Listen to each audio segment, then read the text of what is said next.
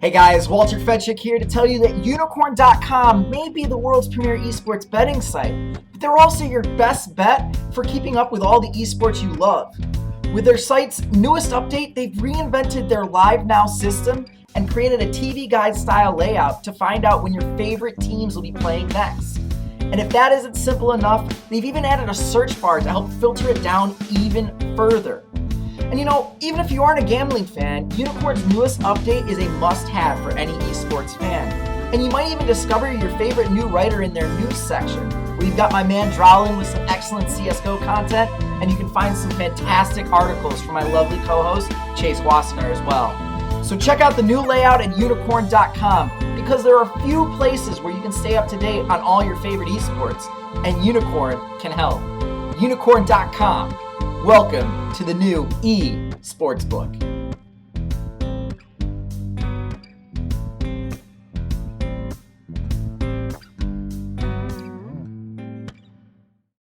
Hello Internet and welcome to the Rough Drafts European LCS 2017 Summer Split Week 3 Guess the Lines show.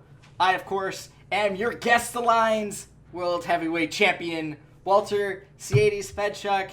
And yeah, we are 3 weeks into Europe, and week 2, I think week 2 in both leagues was pretty interesting, but week 2 in Europe had a pretty big surprise, I think. Did it? Yeah. Did it? Yes. Yes, it did. I mean, and to talk about whether that really was a surprise or not, of course, is my good friend and co-host, Chase, RedShirtKing Wassenar. So Chase, we'll get to what the argument about whether it was a surprise or not, but how are you doing today? I mean, I'm doing well. I feel vindicated because the thing that you think is a surprise is something I told people on the podcast was my Chase Wassenar seal of approval. I liked the bet. I liked Fnatic. Let's just not beat around the bush here. I liked Fnatic over G2 because I thought G2 wasn't going to be well practiced in the amount of time that they had. And I was absolutely right. So, I'm just going to keep on doing this whole expert thing, keep my 3-1 lead over you in our challenge, and enjoy this lovely room that I'm in. Gee, I wonder what I'm up to. I guess you internet detectives will have to figure that out. But yeah, I'm feeling good. Feeling excited to talk about some European action where teams actually make sense and perform the way that you would expect, which I appreciate. Yeah, and that's why I'm saying it was a surprise, because if you look at everything else, I think every other match went exactly the way every single person expected it, and that has sort of been Europe's calling card last year and a half, has been these are the good teams, these are the kind of in the middle teams, and these are the bad teams, and that's just how everything goes. So Chase, let us get to your up. We know what your up of the week is going to be, so go ahead. What was your up for week 2 of the European LCS? Look, shout out to Fnatic. I mean, I gotta praise the once and potentially future kings of Europe. They've made it happen back-to-back weeks now. And, I can say a lot of things about let's not judge G2. They were, they hadn't been practicing recently. They haven't had even a single week of team practice on the post-mid-season patch because Trick was in Korea, Expect was in Korea. We had Perks who was sick. They just all flew back in just in this last week, so they're not nearly as practiced as other teams are. And with the new Rift Herald and everything else, I expected some sloppiness from them, but you still have to take advantage of that. And the power that G2 has is that across the board they have so many different power sets, two different ways to win. You still need to be, really play to your best if you're going to beat them, even if G2's just at 80%. And Fnatic did that. I really loved seeing the developments in pathing from Broxa. I think that his early vision emphasis has really helped get a lot of those kind of roams on point. I think that the Shen Kennen synergy that we saw from Ceades and Reckless was just delightful. I think that it's clear that when you give Reckless Kennen, which I don't know how in the world G2 decided, like, hey, I think giving him Kennen 3 games in a row is a good idea, but they did, and Reckless proved that he can single-handedly snowball games off of it. When he was left to split push on his own, maybe not so successful, but overall, the guy was just an absolute monster in team fights. And when you have a guy like Reckless who's popping off, that means that you can have a guy like Caps come in and just flank so well and make intelligent flanks as well. I really loved why the fact that they picked Cassiopeia in game 3 as a Lucian counter because the grounded status effect cannot be dashed through by the Lucian E. That's something that maybe I hadn't necessarily thought of as an immediate reaction, but made so much sense when I saw it, and Caps played it so perfectly that it really just snowballed that in their favor and made Perks, who's a very good mid laner, look very foolish in games 1 and 3. So overall, I'm excited about Fnatic. I'm excited about what it is they're doing. I'm excited about the potential of this team. I think, we'll still have to see how they adjust when teams really start hitting at those pocket picks when they say, no, you cannot play Shen Ceades because we know that your globals are the best thing about your play, and we're not going to let you play Ken and Reckless, and we're just going to accept that you're going to get to play meta stuff, and we think we can beat you one-on-one with the meta. I think that's what G2 is going to do the next time they play. And I think the Unicorns of Love are going to try to challenge Fnatic with very specific counters to the things that Fnatic is going to pick. So those are the 2 challenges Fnatic faces ahead of them. But this was hurdle number 1, and they succeeded. And they're going to go into the intergroup games 4-0 at the top of Group A. And that's going to be really awesome to see. I think they have a lot to be proud of in that regard. So I get where you're coming from on the, why did G2 let them just play their comfort picks? I think that we have seen Reckless is just so good at this style of play. And everyone looks at him and goes, yeah, if we force Fnatic to play standard, we can probably match up to them, although they have shown a little bit more standard play in a couple games here and there, and they've looked pretty strong. They are, undefeated. They've only lost this one map to G2 up until this point. So I don't have a problem with this. This is the first time they're seeing each other. They're already coming off a break, so they have this. G2 has this sort of built-in excuse. Let Fnatic play what they're good at and see if you can't devise ways to beat it. And it was either on Reddit or it was in one of the Discords we're in that someone brought this up. Like, let them play it. Figure out a way to beat it. There are, things you can do to a champion other than just ban it out. If you can figure out how to exploit that champion, how to exploit things. We've seen last split how teams exploited Ceades playing Shen was you get a Rengar and you just go, Ceades loves to split push. Reckless on Kennen loves to split push. So you have a Rengar that just lane ganks them. And while Trick didn't do that, his champion choices I thought were a little weird to me. Zach just does not feel like a Trick champion. I don't care how strong the champion is. It's not a Trick champion.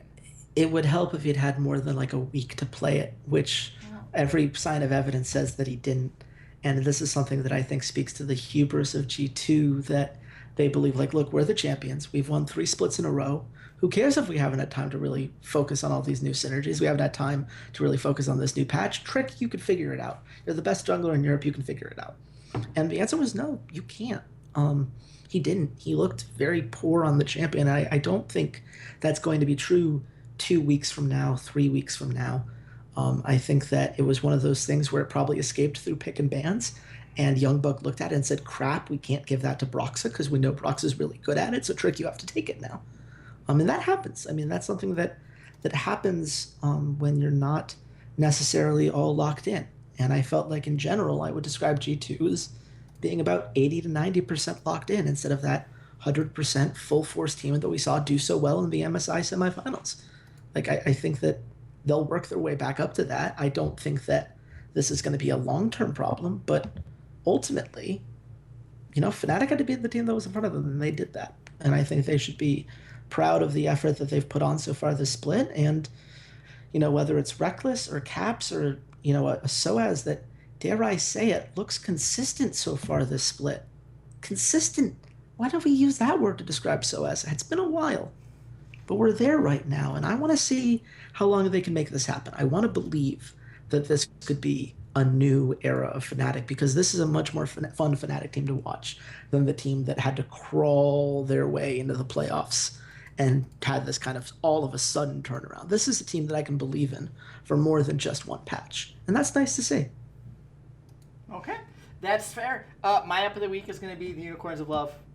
I'm gonna pull the Unicorns of Love. The Mysterious Monkeys were a little. It was a little spicy early on in that series, but Unicorns of Love then put the smack down on them. And I have to shout out Deficio, but also condemn him. Dude, I'm the one who came up with it. Mysterious Monkeys were just like an earlier version of Unicorns of Love. So just cite me next time on broadcast. I'd really appreciate that. But I do agree with the analogy. I think it makes a lot of sense.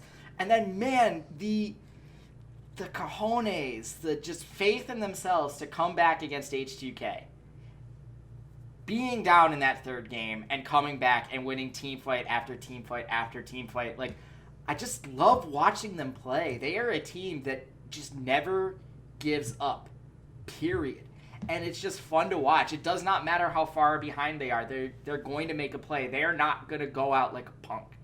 They're going to go out swinging and bloody, and it's going to take you either completely knocking them out, or it's going to be late into the 15th round where they finally just collapse from sheer exhaustion.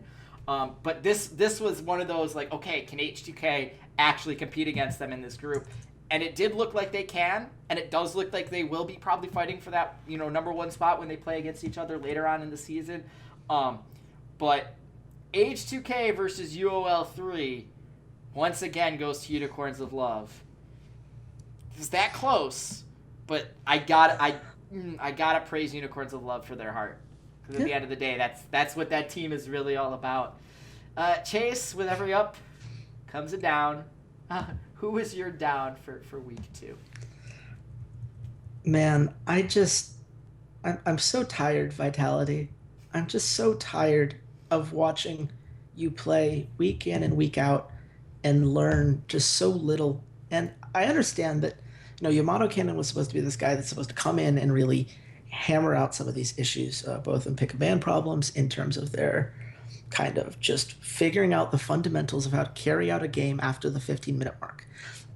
Yamato Cannon is a guy that we've talked about before. Is great at developing talent and at establishing the basics. Splice under Yamato Cannon was a team that understood how to technically play the game. They did so passively, and too passively in my humble opinion, but they did have a good understanding of how to move around the map, where you're supposed to be, at what time, what openings you're supposed to be looking for. It was boring, but it was technical, and it worked for them, especially in the summer split. Vitality, what are you doing as an organization if you're in Vitality's spot right now? Because you're not a playoff team with this roster. There's an argument that says you're the worst team in your group right now. At least the Mysterious Monkeys have some understanding of, like, well, when you get a kill on the top lane, that means we should probably go for the top tower. They might stay around too long, but at least they know that that's an objective that they should be working on. Vitality, it's just, they're so reliant on these individual outplays in the early game. And, shout out to Joko. He puts his heart and soul into every single first blood. This guy's incredibly consistent in that regard. I have respect for that. He has a very good sense of early pathing. We want to make a joke that Lulex is the pathing god. I'm going to throw Joko out there as a pathing god, especially in the early game. But everything after that, I don't know what their win condition is as a team. Is it playing around Nuke Duck? Because he had one great Fizz game, but even in that Fizz game, like, Fizz is not a champion that can single-handedly carry team fights. He gets good picks and gets good split pushing, but he's not the team fight, but the rest of their composition was built around team fighting. So what was the point there? And I don't know what Cabashard's even doing nowadays. And I feel like Vander just spends so much time stuck in lane, which is just a terrible use of your Vander. Vander is known for having this roaming presence, for being this playmaker, and I feel like we're not seeing that nearly enough. And what we're left with is a team that has all of the passivity of Splice, but with none of the refined team fighting that made Splice still a playoff team. They don't have the killer instinct or the ability to penalize teams who struggle to finish things off. So what you're left with is a team that isn't really good at anything outside of getting first bloods and the occasional first tower. But you have to, like, there has to be a step 2. I feel like watching Vitality is watching a team go, okay, we're going to take the first blood. Yeah, now what? I don't know. And then they just lose. And it just becomes a slow bleeding out process. And I don't know, man. I'm just tired. I'm just tired of waiting for this team and these pieces that we are supposed to believe have talent to them just get wasted. Because guess what? I know Vander's good. I know Steelback is good. I know that Nuke Duck has the potential to have some good games because we saw his Fizz. Individually, that was a good Fizz game. Now, he's limited in which pool he can do that in, but at least we saw that it's possible. It doesn't work as a team, and they look worse playing together than they do playing apart in previous stops. And I don't know. I feel like this is going to be one of those teams where it's like CJ Entis, where they're going to blow up and these players are going to sign elsewhere, and half of them are going to go on to have great careers on another team because they're just not. This is Liquid with two young guys that have upside potential. Steelback and Joko. This Vitality is doing the exact same things, and Vitality's mind down for the week too. I totally agree with the tired thing. I've been tired of them since they took 6th place in their first split. I've been exhausted with them. They are just a bore. But for every criticism that I have of Steve and Team Liquid, every single criticism matches up with Vitality. They're not good character players. They all have ego issues. There is this thing across the board. You bring up the Yamato cannon point and you're trying to defend it. It's like, yeah, you're right. He is the guy that teaches the basics. None of these guys want to learn the basics. They've had 2 years now where they could have learned the basics of playing as a team. They've kept their solo laners the exact same. Finally, they've sort of started to continue shuffling around. Like, it's not like it's brand new team and it's, clay that Yamato Cannon can mold into the likeness that he wants. Like, no. You have 2 really stubborn players that have been here since Vitality purchased this spot, that are already known as being egotistical, that are already known as being hard to work with. Granted, Yamato Cannon has worked with one of them in the past in Nuke Duck. You have this young jungler that, you're right, he should be the one that Yamato Cannon is spending all of his time on, teaching him how to jungle, doing all these things. But he's not like Trashy, where he is a late team fight type disruptive player. He is very much in this mold of young, aggressive, early game European junglers that you have to teach him the appropriate team fighting stuff. But that has to come from, there's a team for him to team fight with. Like, the best thing that Vitality could do for themselves is just make the laning phase go for 45 minutes. Like, that is Vitality as its core, is let's just lane phase for 45 frickin' minutes, and let's hope that maybe we get lucky and get a Baron steal. Like, that's what they need to try to do. This is not a team. This is a failed experiment that the Vitality management are just thumbing their nose at. Like, this is a team that is an example of why there should not be franchising in Europe. Because this is a team that hasn't done anything to grow itself as a League of Legends brand, as an LCS brand. I haven't seen any behind the scenes with Vitality to try and learn to care about these players or anything like this. Granted, they're a French organization, it'd probably be in French and I wouldn't be able to understand it, but I haven't even seen them try to make an effort at anything like this. Like, I don't care about Vitality. I don't care about them as a brand. I don't care about them as players. The only person that I have any type of interest in what happens to him after the split is Joko. And that is because he has shown a lot of potential as a young player, that if he gets into the right situation, he has someone that can teach him. He has a coach that can teach him. He can start to adapt out of just being this guy that gets first bloods. That used to be the knock on Jankos early on. He just got first bloods. Rocket was not this really great team fighting game. They compounded all of these early leads into fights, but they had a lot of macro problems. Jankos and H2K still have some macro problems. We still see moments where we go, H2K, what are you guys doing in the mid game? And you kind of throw your hands up and go, oh well. Joko could turn into that player, and that player is one of the best 3 junglers in Europe, and I'm sure almost any team in the LCS would be like, oh, we can have Jankos? Like, yeah, I'd sign Jankos. Like, that's a great path for Joko, but someone has to guide him there. Someone has to teach him there. And the difference is Jankos had a team around him. He had players that understood their role and that actually did try to team fight, and actually try to team fight in a way that might win them a team fight or win them an objective or win the game. This is 3 players that are all just sort of 3 carries that are all just sort of throwing themselves into these skirmishes and these fights without really a care. And this is the ultimate paycheck team. These guys are just here to earn a paycheck. Yeah, I was curious because you brought up that point about what have they done to grow their brand, and so I went onto the Vitality page while you were giving that lovely explanation of how they've failed, and I agree with most of what you said. Their last post on the website was from May 22nd, and it was a job post looking for an analyst. Before that, it was May 19th, announcing the signing of Yamato Cannon. They have not done any follow-up on any of the games that they've played. I could not find a single behind-the-scenes thing. When I looked at the community page, it was basically just a list of some of the Twitch streams that they do. I'm unconvinced that Vitality are throwing their all into this in the same way that I'm unconvinced, as much as it hurts me to say this. We've talked about Roccat not necessarily investing as much as you would think a company like Roccat would invest into the team. I think, in general, Europe is still going through a lot of those growing pains, and that's why we're not going to have franchising in Europe yet. And I think it's the right call to wait off. But man, when you look at Vitality in particular, it's such a shame because they have money.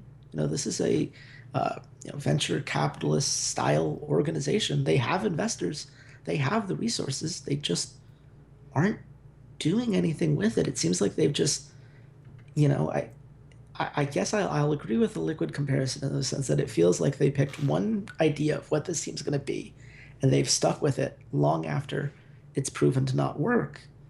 And at some point, you just have to acknowledge that you have to change the system fundamentally. There is something broken about this team, and I'm not seeing any signs that this team has gotten better, despite adding someone who I think is a top 5 support in the region.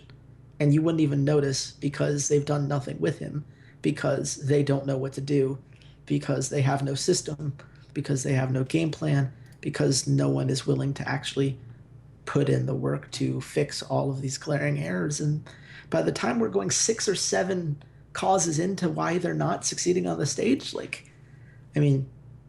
that you just need to rebuild. You just need to rebuild your infrastructure from the ground up, because this is getting you nowhere.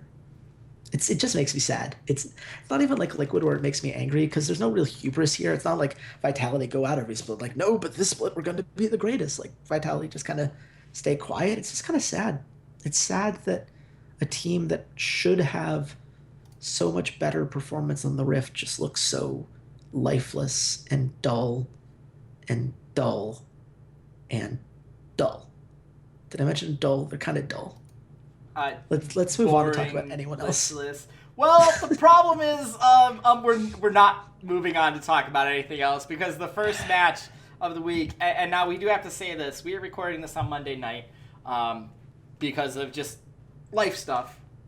So Unicorn has not put the odds out yet. So we'll do a separate Just the Lines episode that'll be 15-20 minutes where we just quickly run through what we think the line is, why we think Unicorn is right or wrong, one quick statement about it. We'll be doing that. It'll come out either on Wednesday or early Thursday morning for our European listeners. Probably be midnight or 1 o'clock in the morning for our East Coast and NA type fans. Yeah. But moving on, Vitality versus Mysterious Monkeys. And before we talk about this series, until you got me on the I just want to hate on Vitality train, my other the down that was in my head before that was the Rookie of the Year contest in Europe. Because other than Yuki, no other rookie in Europe, which is basically just the rest of Mysterious Monkeys and Pride Stalker, everyone else looks pretty awful. So 2 weeks in, Chase, is there anything that you want to say that counters that? Do you think this is a one-horse race where Yuki is just kind of blasting his way off into space and nobody can catch up to him, or has anybody else impressed you? I mean, look, I like Yuki. I think there's a tendency when there's a one-horse race or a two-horse race to say that means that the guy who's going to win isn't good. That's kind of where we got with the Rookie of the Split race in North America last split, where it was between Contracts and Acadian, and we thought both had fundamental flaws, but there wasn't really anyone else who could challenge them, so the whole thing felt kind of off. But then you watch Acadian in the split, and you're like, oh, yeah, he's still really good, actually, when they play him, which we'll talk about when we get to NA. But, I think that I don't want to underplay what Yuki is doing right now, because Yuki is a guy who is the only carry on that team who they can rely on with any sort of consistency, who is getting a lot of enemy attention thrown his way because he is their win condition and is holding up masterfully. The guy looks great. The guy looks like a top-tier European AD carry. Imagine what would happen if he had a support who was as good as he was, or a top lane or a mid laner that could draw any attention away from him. The guy just, I mean, his Twitch has been awesome. I think his flanks and team fights have been superb. I think, what you want from a guy in that AD carry position is a guy who doesn't die in stupid ways, and his team fight positioning is solid. It's not perfect, but it's solid. I don't have massive flaws. In that, a guy who has a good understanding of when you can get away with some of these flank engages, a good understanding of the map, and I think he does that too. And someone who's a good laner. And is he a great laner? No, but he holds up. He wasn't getting blown out by a guy like Samix, and Samix is a really good AD carry. So if you're keeping relatively even as a rookie, I think that's pretty nice to see. He kept even with Copy. I think that's nice to see, because I actually think Copy is a very good player. So I like Yuki quite a bit. It's unfortunate that the rest of his team is just so not good. I mean, I have it in my notes here that Jisoo sucked with at least 10 U's there. He's bad. He's really bad. He's probably worse than anyone who was in the European split, last split. I don't know if I can come up with a worse. Hiva is, but Hiva didn't have, if your support is bad, it can only hurt you so much. When your top laner is bad and feeding that many kills over, that snowballs a game single-handedly, because you lose an entire half of the map. It's been atrocious. It's been a dumpster fire. And, look, maybe I'm being unfair, and Hiva was just as bad. I've blocked out so much of that Origin team from my mind because the whole thing was terrible, but I mean, Jisoo's not good. The fact that I can even bring it up as a conversation is not a great sign. I can't think of anyone other than Hiva who is probably worse than what Jisoo's doing right now. And, oh, by the way, Koskyu is by far the worst mid laner in Europe. I mean, sure, he looked okay in lane against Exile, when Exile's laning is really bad right now, for whatever reason, and I'll get to that when we talk about the Unicorns of Love a little more. But, I mean, that's not enough to justify the fact that he dies for so many stupid reasons. I think the stat that stood out to me was in game 1 against Splice, he died 3 times in isolation, as in there was no one on his team that was even near him to help. He just died because he was in the wrong place, because he's an idiot. And I'm not going to sugarcoat it. He does not understand how to move around the map and how to work around your vision and realize when you can move up and when you need to hold back and when to not overextend. He has no understanding of any of it. I don't know what he's doing. The problem is that no one on the team understands that except Yuki. So, Yuki, we could totally crucify Koskyu. And I remember when we were watching the VODs, I made a joke that in game 2, it was 15 minutes in, I was like, Koskyu's 0-1 Chase. It's an improvement. And that was sort of kind of funny moment. But he individually has looked very poor. But also, Llama Bear hasn't looked great. Obviously, Jisoo hasn't looked great. When your top laner is getting soloed 1v1, the jungler doesn't need to go top. When a lane is getting crushed, he doesn't need to go there. He can focus on the bottom lane. It's just, Dreams, I think, is the second best player on this team. Granted, he's just playing Thresh. Yeah, I was going to say, the one champion that he's good at. But challenged or not, he's still the second best player on this team, whether he's playing one champion or 8 different champions. And I've seen a lot of things out of him that he sort of understands, okay, I can't, Yuki and I can't really win this lane, so I'm going to go and try to make a play in the mid lane. I'm going to go try and get some vision. I think I look at this bottom lane and I see a lot of potential from the bottom lane. I don't see potential anywhere else. I'm going to argue that with you. I actually like Llama Bear more than you do. Because he goes for plays. He dives in the lane. He looks at where the opportunity should be. Now, he makes silly mistakes. I think they overextend too much when they go for tower ganks. The tower dives were, I think, the right call, but you have to know when to back off, and they would stay way too long oftentimes, especially against the Unicorns of Love in game 1. It was super obvious that they would just overstay their welcome. But I like the concept. I think in general, he has shown a willingness to try things. I mean, if I'm going to sit here and penalize a team like Vitality or Splice, which I will penalize them later today for being just this passive team that doesn't take risks, that doesn't take chances, then when I see a guy like Llama Bear, who maybe it's not really working out more often than not, but he's trying to make plays. He is moving around the map. He is ganking for his solo laner. He is trying to gain that understanding of where he should be, and I think he's making the right call in general as to where on the map he should be. He just has no support. And when he goes in, he goes so in that there's no backup strategy. But even if there was, like, so what? So he gets away, and it's just a solo laner that dies. Like, they're still going to lose. It just means they lose faster because he, died too. I'd love to see him on a different team. I'll put it this way: having watched Roccat so far, I'd rather have Llama Bear than Pride Stalker right now, and that is kind of terrifying to say. But yeah, I mean, right now, looking at the two of them, like, I'll save my thoughts for Pride Stalker for later. But you've made it pretty well known your thoughts on Pride Stalker. Made it really well known your thoughts on Pride Stalker. It's really not ideal. It's not. So Chase, all of this aside, do monkeys stand a chance up against Vitality? It just doesn't seem like it. Yes, they stand a chance because Vitality is really not good at League of Legends either. And I think the key for me is going to be, what is Vitality's win condition? Because they out-talent the monkeys.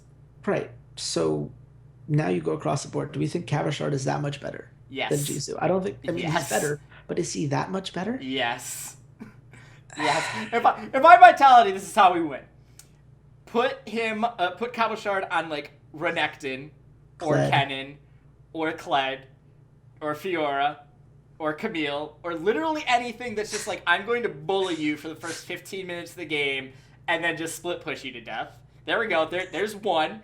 Put Nuke Duck on Fizz. Put Nuke Duck on Fizz or Echo or on, like, something else, a LeBlanc, something else that he can... I'm building a 1-3-1 composition for them. That's all I'm doing here. Just build a 1-3-1 composition, put Steel back on whatever AD carry he wants. A Caitlyn might be your best bet.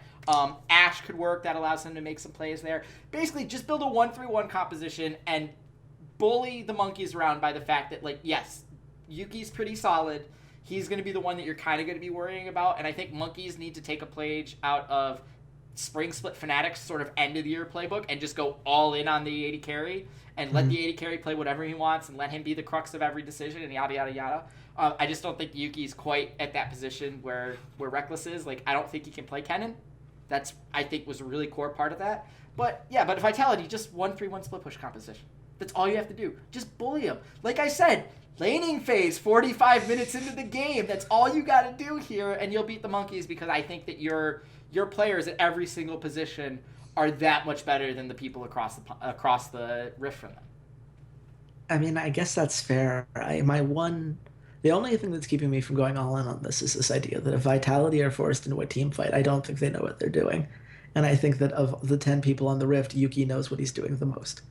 And I think that might be enough if it comes down to, say, a Baron, where Vitality take an ill-advised Baron because they think that they're far enough ahead, or they fight for, like, an Elder Dragon that they don't really need, or all of the other micro things, or even just as simple as they play way too passively and they wait for, like, a Twitch or a Caitlyn or a Kog'Maw or whatever they put Yuki on to hyperscale.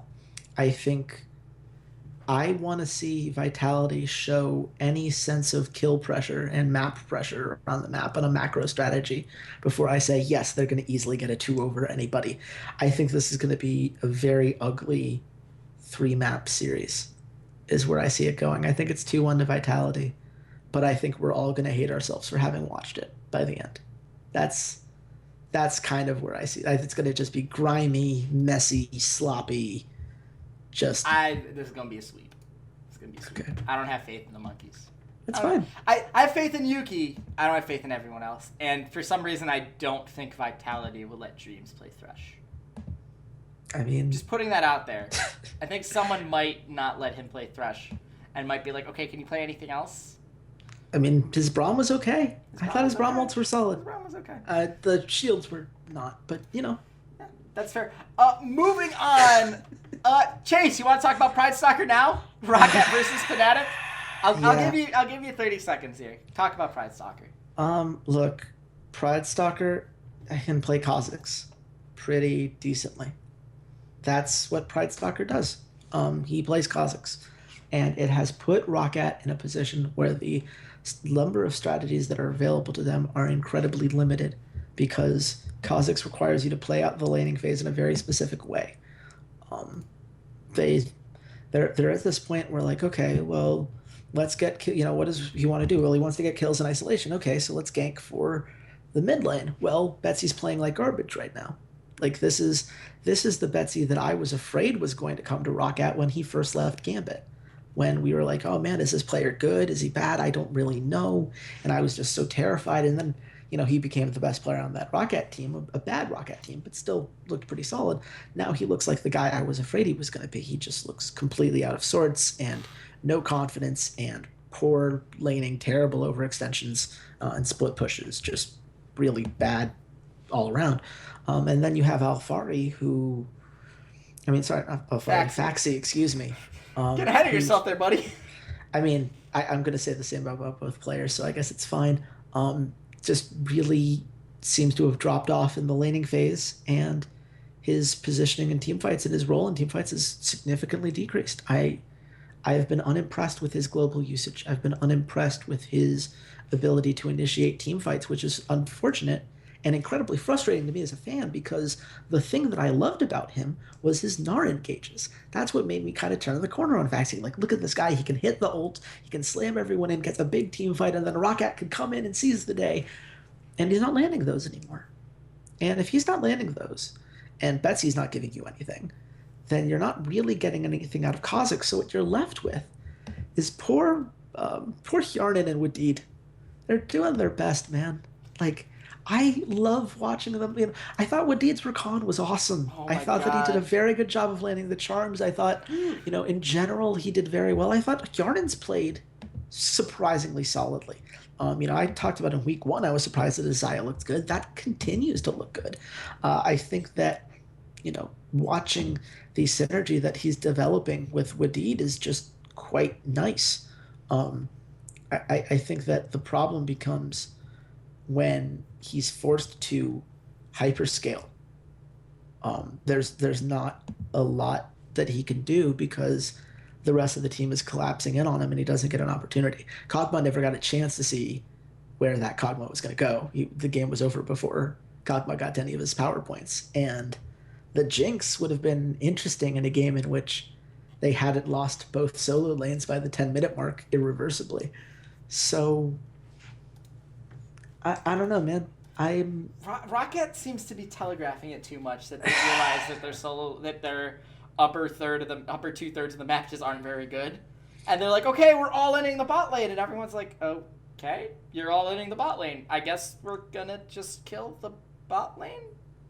Like you watch enemy junglers just chill in the bot lane for 3/4 of the game. We're like, all right, we're waiting for the gank. They're Pride Stalker. We're waiting for you to try and get Hjarnan ahead. We're waiting for Wadi to engage on whoever, and then we're gonna pop them. And like you said, Hjarnan and Wadin have been pretty fantastic. I think they have been. You said earlier about Yuki. I think he's in the upper tier of 80 carries in Europe. I look at all the 80 carries in Europe right now, and I go, holy crap! When did Europe get all 9 80 carries not named TQ are all pretty damn good. Like, I'm not talking they're not going to, not all of them are going to compete with, a Deft or an Uzi or a double lift on an international stage, but this is a really, really deep 80 carry crowd here. Yeah. This is really, really deep. And then when you look over at NA, it's kind of sparse. It's kind of weak across the board. Well, and it's funny that you make that comparison, because I think that's something that you and I talked about in Season 5 with North America. Was just, well, if every bot lane in North America is good, then you having a good bot lane doesn't really mean anything. Yeah. Because the other bot lane's going to do well as well. And that's the problem with Roccat. Okay, Hjarnan and Wadid look great. Cool. So what else you got? Because the other bot lanes are also looking pretty darn good, and you're not going to be so much better. I mean, look, Hjarnan, I love you, buddy. Your damage in teamfights has been great. You're by far the team's biggest damage dealer because you actually remember what a skill shot looks like and how to auto attack properly. So shout out to you for that. But you need to have some follow up. It's okay, well, I play my Hjarnan card. Okay, awesome. What else you got? Betsy diving 1v3 and getting himself killed? That's not effective. It's not I don't know, man.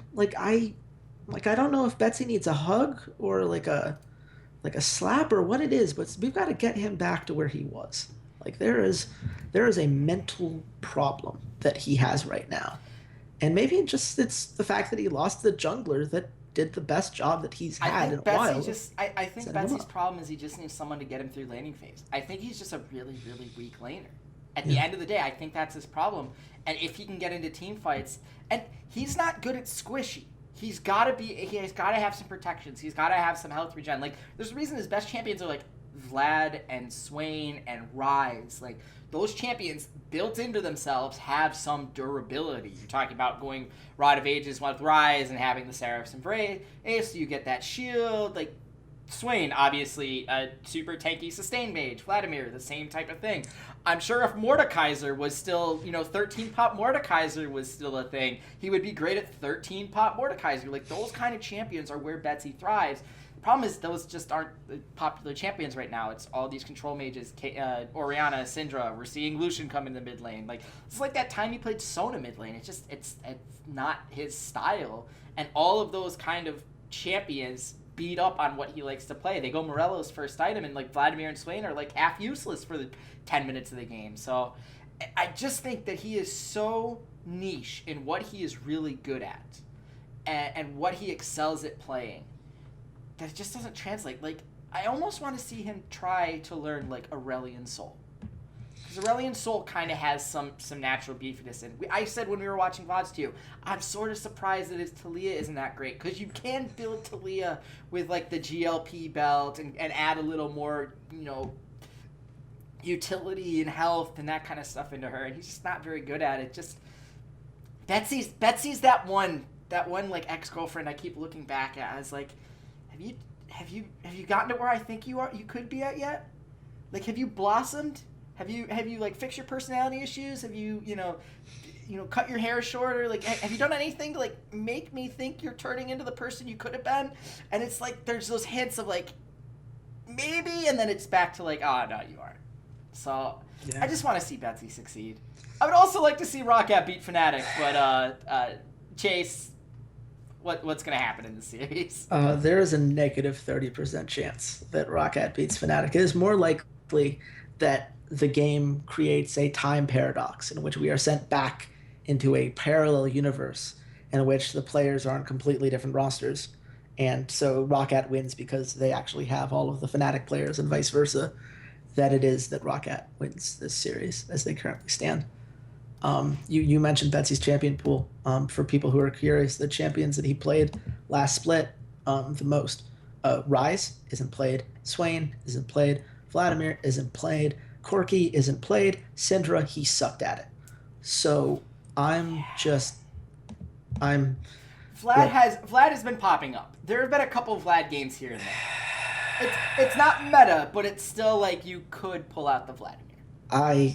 I do not think you could find a more grasping at straws way to describe Rocket's hopes right now. If the hope is, hey, let's hope this really niche Vladimir pick works out when you have no top lane pressure and a jungler that doesn't know how to work with your mid laner. I miss you, Maxlor. Come home. That's what I want to. Like, look, Misfits, like, that's not going to be as much fun. Look at right? that transition. We're talking about Misfits versus G2 next. Look at Come you. home, Maxlor. Please. Or at least trade back for Lava Bear. Make Misfits Academy deal with this. Make Monkeys deal with this. So Chase, Misfits have not been as impressive as Fnatic. No. They have not. And I know you're going to say, it's the end of the split. That's where I'm projecting out to. They can be. No, I'm wrong. I was just wrong. You're wrong. I'm sorry. You're wrong. I'm going to write an article about this right. on Unicorn this week. I am going to write an open letter to Unicorns of Love fans because I'm wrong and I'm sorry. I didn't... Like, my intentions were good. I felt like... Your intentions were not good. My intentions were absolutely good. I feel like G2 is a very particular style of team. And the thing about Unicorns of Love is that their strengths do not play very well into G2's strengths.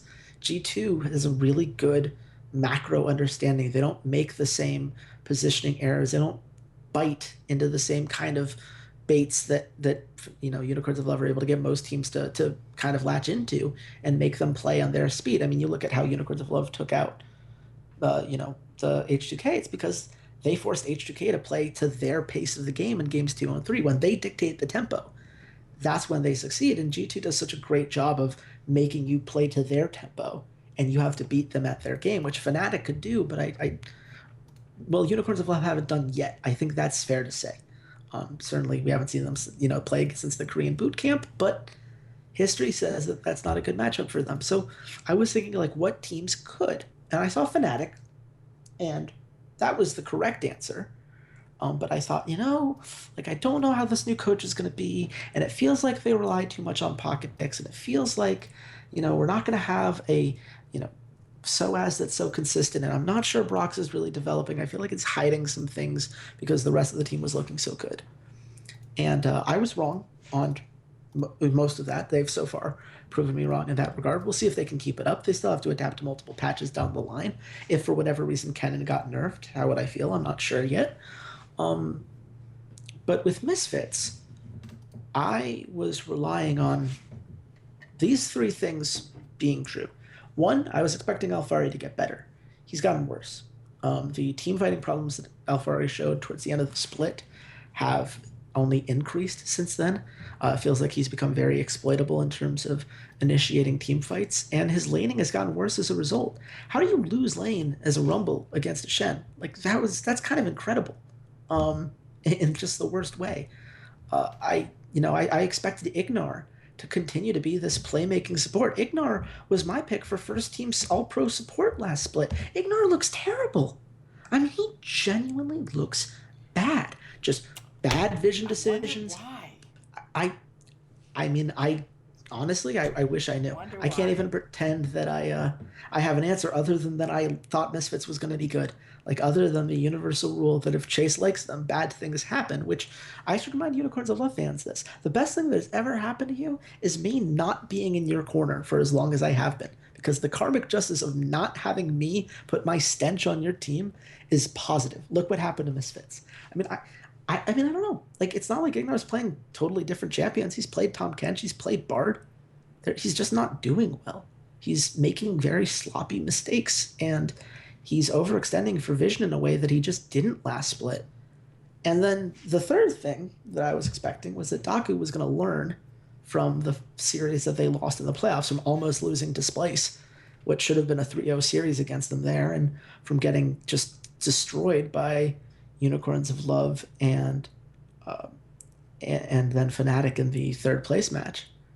And apparently they haven't. They refuse to put Hansama on these hyper carries. He does very well on the Varus. I really like the way his Varus is playing, but Varus can only do so much, right? He's a poke champion. He hits the ultimate to kind of pin people down, and he gets that poke damage, but he's not going to carry a fight the way that, a Twitch would or a Kog'Maw would.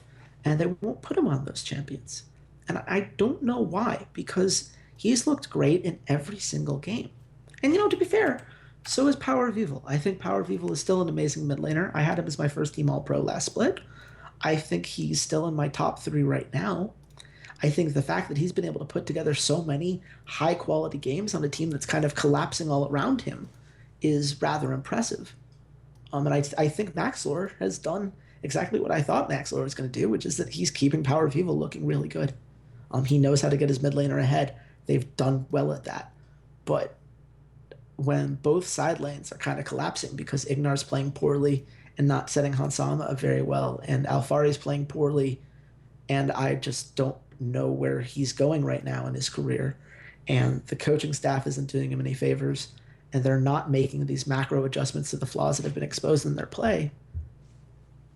I don't know, man. I was wrong. I was wrong because I had faith in 3 things, none of which seemed to be coming together. And probably by the end of the split, one of them will start working out. I don't think Ignar's going to be this bad all split long. I don't think that Alphari is going to completely retract. I think he'll figure it out eventually. Young players is kind of like a sophomore slump, if you will. I think there's a chance he adjusts. But I have lost faith in the idea that all 3 of these things are going to work at once. I don't think they, as they're built right now, as the infrastructure around them is set up right now, are poised to do all 3 of the things that I thought they were going to do. So I was wrong, Unicorns of Love. I'm sorry. I'm still not sure whether it's you or Fnatic for the 2 seed. So don't fall too much in love with me yet. I haven't decided. I'm still writing the article now, so I'm still going back and forth. That's your problem, is you're just waffling between the two of them instead of staying firm on one of your predictions. You just completely said I was completely wrong, and now I have to make a new prediction. But this series, Chase, Misfits versus G2. Hold on. Tell me why should I hold faith in Misfits? Why do I have any reason to believe that this team is the team that I thought they were going to be? Because that was the team that you thought they were at the beginning of the season, and you should leave the dance with the girl that you brought. That's all I'm saying. You should leave the dance with the girl that you brought. We're a quarter of the season in. There are only 13 series in a season. There are 3 series in. They're just not that good. At some point, you have to realize that the girl's just not that into you, Walter. Misfits just aren't that into me, clearly. I don't think that's the appropriate analogy here. No, probably not. But you know what? It's fine. They're going to lose to G2. Let's talk about another team, because it makes me sad when I think about how much Misfits have disappointed me. They're the most disappointing team to me in Europe right now. Half of your Misfits time talking about the Unicorns of Love, so let's talk about Splice instead. Yeah, absolutely. Splice. Yeah. You are quickly becoming Vitality, in that you're boring to watch play. The Vitality Splice series was genuinely a war of attrition between my eyelids and my desire to be well prepared for this show. Why should I care about this team anymore? Because they don't look anything above the 5th or 6th best team in Europe. I mean, do you enjoy watching Sencux play roaming champions like Talia? Because when he's able to roam, Sencux looks significantly better than when he can't. I do. I think that's a more fun Sencux.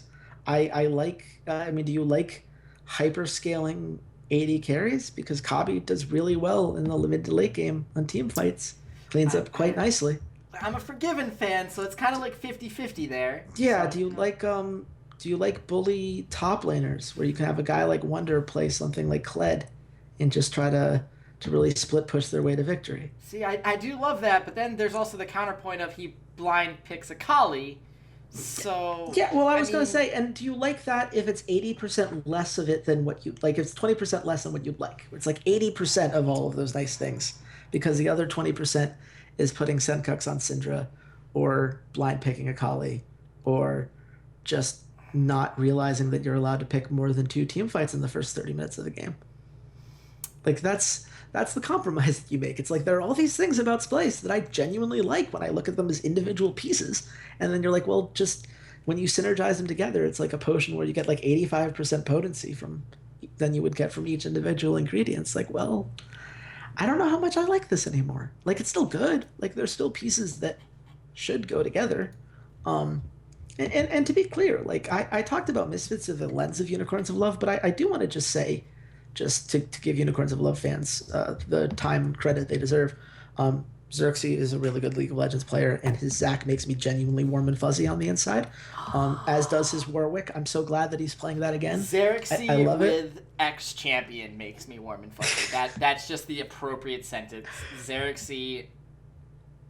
I really hope TSM doesn't poach him away in the spring.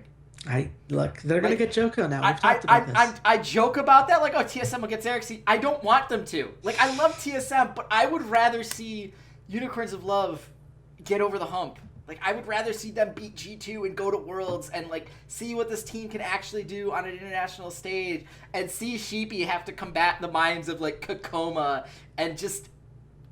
Yeah. And I have not felt this way about a European team since Moscow 5. I haven't. And you should be excited, because they turned the corner on one thing that really changes the way I view the Unicorns of Love, which is that they no longer are requiring on their solo laners to carry the game.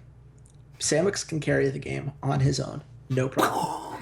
And this was guy, like, when people talked about it this split, or like at the end of the split, it's like, oh, do they need to replace Samux? He doesn't feel like a real Unicorn of Love. He's just so kind of standard and does his thing. I'm like, he has a role on that team. And I promise you, if he was given the opportunity, he could show all these other things. He just does what they asked him to do. And lo and behold, when Samux is given the opportunity to do more, It's delightful. I might have been wrong on Misfits, but I was right about Samix and I was right about Fnatic. I'm gonna take 2 out of 3 ain't bad. That's how I feel. I had Fnatic beating G2 this last week. Yeah, That's but what you weren't like Fnatic was like your 6th place team in the preview show, so you weren't right about Fnatic. No, I'm pretty sure that can't be true. I think we should delete any video evidence if that is indeed the Yeah, case. I'm pretty sure they were your 6th. I'm pretty sure they were 6th, but I think they were 4th. this series, Sadly enough. Or 5th. is this series a 2-1? Are Unicorns of Love just going to kind of continue their jaunt through Group B and there's no real competition until they get into interleague play and they play against Fnatic and they play against G2? Yeah, no, this is Unicorns of Love's group to lose at this point. And I think that, what we learned last week is that they still have H2K's number because H2K still doesn't know how to force the Unicorns of Love system to play to their strength and their style of play.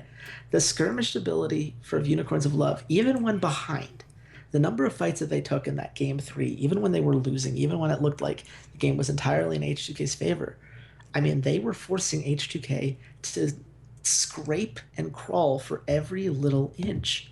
And I think that overall that just made them, that gave them the opportunity to come back and win that series. And I don't think that I haven't seen anything from H2K that says it's going to be different the next time they match up. I certainly don't think that, this Splice team is going to be the one that shows up and suddenly uncovers the secret weakness of Unicorns of Love that we're not seeing right now. I don't think that they have the tools necessary. The secret weakness of the Unicorns of Love is that they just keep fighting. Like, it's their weakness and their strength. Is like, a team fight can go either way. If Unicorns of Love win a team fight, that can bounce a lead back in their favor. If they lose it, they just compound their leads. This reminds me of, like, Immortals, when Huni and Rainover were on that team, and they just kept fighting. And when the summer split, when they weren't just completely stomping everybody not named TSM. At first the spring playoffs, then going into the summers, where even when they were behind, they just kept fighting. They refused to go down like punks. They're saying, we'd rather lose in 25 minutes, because we kept trying to get back into the game than stall it out for 55 minutes and then eventually lose. So that is their greatest weakness and their greatest strength, is that they never stop trying, but if they keep screwing up or they keep losing fights, it just will compound it to the point that it's almost impossible for them to get back without some semblance of something miraculous, like a Baron steal or anything like that. Moving on, Saturday's games. Chase, Rocket versus Ninjas in Pajamas. Is there literally anything that we have to say about either of these teams?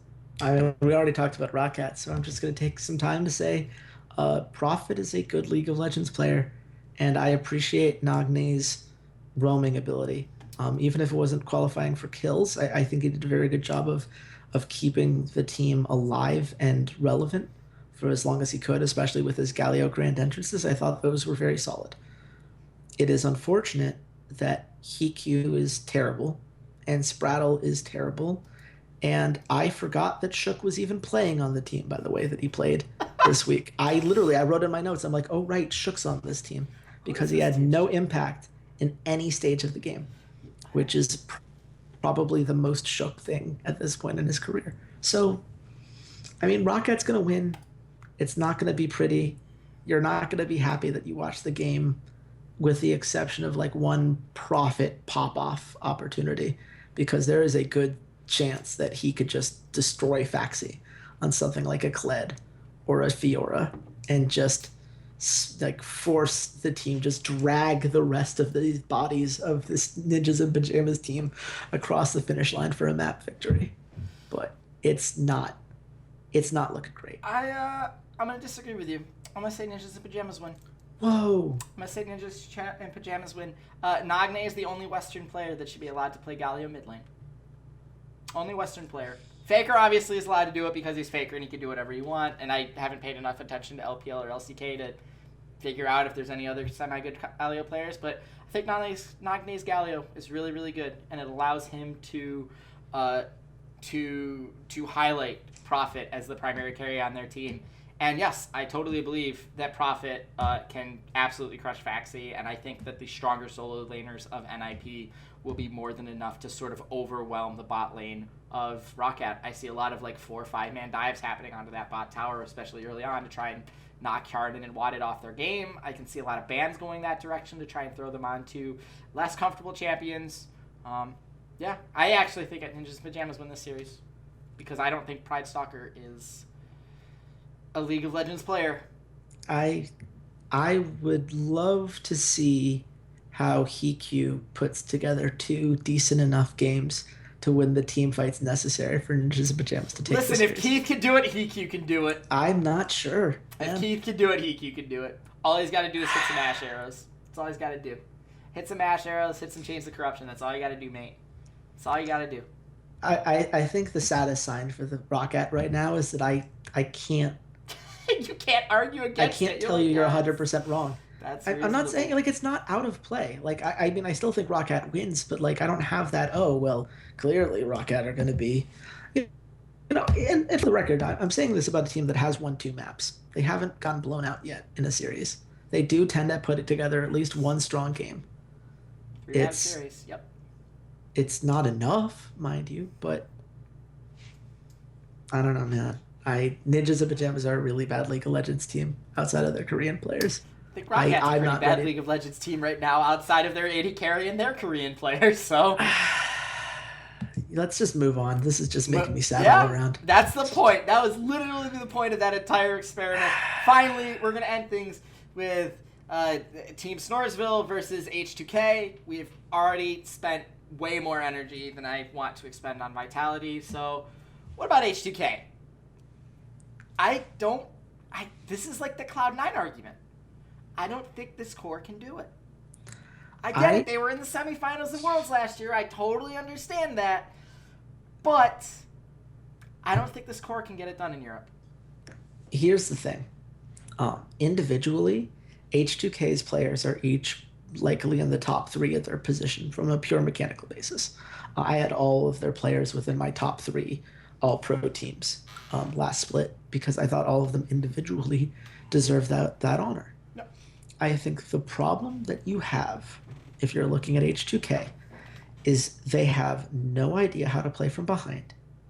And when they lose one gear in the H2K machine that I'm constantly referring to them as, I really do feel like they have this very systematic structure of Jankos gets the gank and that gets a kill that then can transfer onto the bottom half of the map, and then he snowballs the lead and they push together these 1 or 2 lanes, and it doesn't matter which lane it is because all of their laners are capable of carrying, but the important thing is that he snowballs at least one of them, and then that opens up the other one to be a little bit more free and to roam around the map more, and then once the map opens up, they just snowball. But if they're either not allowed to snowball because Jankos is neutralized early, which we've seen good teams be able to do in the past, G2 certainly has been able to do that to them in the past, or you force them to constantly fight and force them into this situation where it's their macro play and their team fighting rather than any individual skirmishing ability, which is something I think the Unicorns have loved to very well. H2K don't have an answer to that. I think the interesting thing for them is going to be how they deal with Fnatic. I actually think that's a very interesting matchup when that eventually happens, because Fnatic is another team that it feels like there is a clear set of situations that you look at when they have their wins. And I think that H2K's system kind of, Fnatic system doesn't really mess with what H2K likes to do very well. It doesn't. There's no real counter in the way that Fnatic likes to play the early game that says like, oh yeah, well Brox is going to counter jungle Jankos. Well, no, he's probably not. But that aside for now, as I think in this hypothetical mind games for several weeks from now matchup whenever they actually do play. For now, H2K are a team that's way too good to lose to any of the bad teams and not smart enough to beat the really good teams. And at some point, you have to ask the question, what is Prawley doing to grow as a coach? Because I think the H2K strategy is a strong strategy. It is a strategy that makes them incredibly viable for the vast majority of the split. They're better than 7 to 8 of the other teams in the region at any given point. But what is the adaptation that they have made that has made their system better since the start of the season? What has they added to their arsenal, either from like a pocket pick or just a kind of different pathing decision? What adaptation have they made to their overall playstyle? Because I don't think they've made one. Nothing yet, but they have in the past. EULCS added Ivern 3 or 4 weeks into the season, and all of a sudden brought it out, and we were like, oh, wow, he played Ivern. Like, I think it could be like a Warwick or a Zach. But this is my problem. Like, he played Ivern the way that you would play an aggressive ganking jungler. Like, he still had one mindset of it. He was still ganking all the time in the early game to snowball a lead, to get his solo laners going so that they could open up the map. It's that exact pace of the game every time. No matter what champions they're doing, they might mix up the champions, but they will fit it into this one pace of the game playstyle. And, Unicorns of Love we've seen, even though they like to fight all the time, there are games where they'll fight in the first 5 minutes. There are games where they'll start fighting in like 15 minutes. They have an understanding of when to do what. So here's the thing. Prolly and H2K remind me of the Memphis Grizzlies, where forever it was, we're this beat-em-up bruiser team. We play Marcus All, we play Zach Randolph, we have Mike Conley, we do all these pick and rolls, we do all this post stuff. And while the rest of the NBA got slimmer, got shorter, got quicker, pulled everything out, they said no. No other team has the kind of front line that we do. We're going to beat them up. We're going to beat them up. And they got wins. They got to conference semifinals. They took games off of teams that were better than them. They beat teams in series that were better than them. And yes, at some point, if you're H2K, and this is why I don't think they made any wholesale changes, why they haven't replaced Prolly, why they haven't replaced Odoamne or EULCS or any of this, why they continue to just be in this system of, we make top 3 every single split. One of these splits, it's going to go our way and we're going to win a championship. And we won't have these discussions anymore. That's what I feel like the mindset is like we're just one team fight going our way from we have a championship. So why change this core? And they haven't had a moment where, like, Memphis has had moments where all of a sudden Marcus All gets injured, or Zach Randolph gets injured, or Zach Randolph just can't keep up because everyone has gone so fast. They haven't had that moment yet. They got 3-0'd by Fnatic in the quarterfinals. What more moment do you need? Like, you only have 2 playoffs every split. They got crushed in the opening round after one of the most dominant regular season performances that we'd seen. They were monsters in the regular season against everyone that wasn't named Unicorns of Love, and they collapsed. In a terrible collapse. That's the thing is, I feel like, I don't think it's a player issue. I think all of these players are individually very talented. I think that they have the machine works for a reason. It's a great machine. But at some point, like, I need to see versatility in the tempo of play that they like, in the, the way they move around the map, in terms of, what objectives they can really play around. Like, can they play a 40-minute grind them out game the way that G2 does? I don't think so. Can they play the hyper skirmish, we'll trade 4 for 3, but we'll get those extra towers and accelerate the game super fast the way Unicorns of Love do? Not really. No, that's what I'm saying. They are a post-up and they don't have team. the creativity that matches up with a team like Fnatic, who can think outside the box. That's why I'm saying they are the Memphis Grizzlies playing post-up 2 frontline big guys at the advent of the 3-and-D chains that the NBA went through. But they're the Grizzlies' mentality playing with the Cavaliers roster. Because they have stars on this team. The Memphis Grizzlies never had players as good as the players that H2K have. And that's the thing that's frustrating about it to me. H2K has 5 really great to amazing players on their team. I like every single one of those players individually. Stuck in their ways. You just said it yourself. EULCS has one play style. Forbidden has one play style. Odoamne has one play style. And to be fair, Odoamne shifts between I am either a super tank player or I am a carry player, but he does not exist in a world where he can do both of those things at once. There is not a time where you see him go Shen and then play Fiora the next game. He is either, this is the style of play that I'm doing, is one or the other. I don't mix it up from a, week-to-week basis, from a game-to-game basis, from a series-to-series basis. And that's where you're making your point of they all seem very stuck in their ways. It's all very rigid. It is 6 pieces with Prolly, all fitting perfectly into this machine to create H2K, which up until last split is a consistent top 3 finisher and went and was in the World semifinals. Well, and I guess that's ultimately where I'm coming from with the talent angle, is because I never thought the Memphis Grizzlies were good enough to win a championship. I think H2K is. So I find the fact that I cannot imagine them playing in a final series the way they're playing right now, despite the incredible amount of talent. It's much more frustrating, I guess, to me, because I feel like this is a team that, with a couple tweaks, with a change in the way that they practice, with a change in the way that they approach their scouting reports, and they have the talent.